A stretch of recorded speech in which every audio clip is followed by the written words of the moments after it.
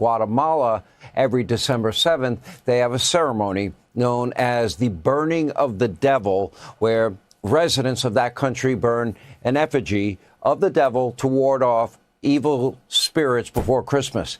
It's a centuries-old tradition. This year featured, well, an unexpected twist. This time, the devil effigy was holding a papier-mâché version of President Trump's head, and it was burned right along with the devil itself. Looks like Trump derangement syndrome now has gone international. And the biggest exporter has to be none other than Rosie O'Donnell, who, after fleeing the country to Ireland after Donald Trump's victory, is now being described by the Washington Post as, quote, living in exile, life in exile for Rosie. And while these are pretty wild examples, we can all think of people in our own lives who definitely suffer from TDS, and we might be seeing a lot of them over the holiday season. Some of you might have suffered over Thanksgiving, throwing some turnips, maybe mashed potatoes, maybe a turkey leg. I don't know. How do you handle it? Anyway, we asked psychotherapist Jonathan Alpert, if this was not very real, I wouldn't have had 1 million people before Thanksgiving calling into my radio show worried how they would deal with their crazy relatives that can't stand the sight of them because they like Donald Trump. Any advice? You're the professional. Well, and Sean, I wouldn't have had dozens of patients seeing me before Thanksgiving and dozens of patients seeing me now before the December holidays with that very concern. And what we have here is, in the old days, not too long ago, people would have disagreements, families would disagree on politics, but now people have become hardened and they're characterizing their uncle or their cousin, and they see that person as bad or flawed or evil. So this is really concerning to me as a therapist if we're at the point where people are cutting people out of their lives just because of how they voted or if they like Trump or Kamala Harris or Joe Biden.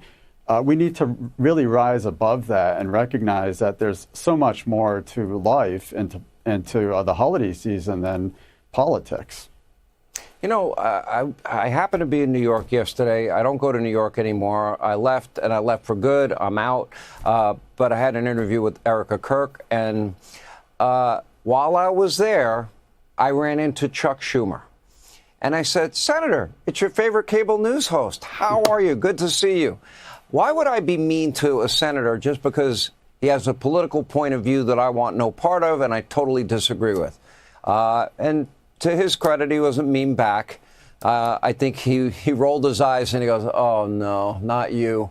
But why would I be mean to people for that?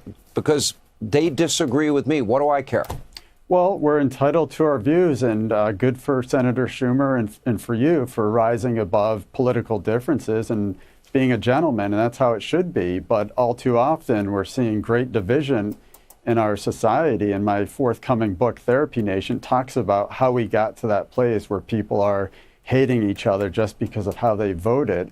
And we really need to get back to a time when people from different sides of the aisle could get along. There used to be a time when you could put a sign in your front yard for Bush or Clinton, but you could still be friends with that neighbor of yours. And we really need to try to get back to that time. I think that time is long since passed, unfortunately. And I did say, Senator, you chased me out of here, meaning the state chased me out. And I'm sure you think that's a good thing. He said, actually, I don't. Well, because it's not a good thing for New York that people that contribute to the economy, and that's hardworking people in any field, you lose that tax base. And guess what? You run out of spending other people's money. Well, we'll see what happens under Mamdani. Yeah, it's going to get worse. There you go. I just told you. Good luck dealing with those people in therapy. They couldn't pay me enough money to listen to the complaints. Anyway, thank you. We appreciate it.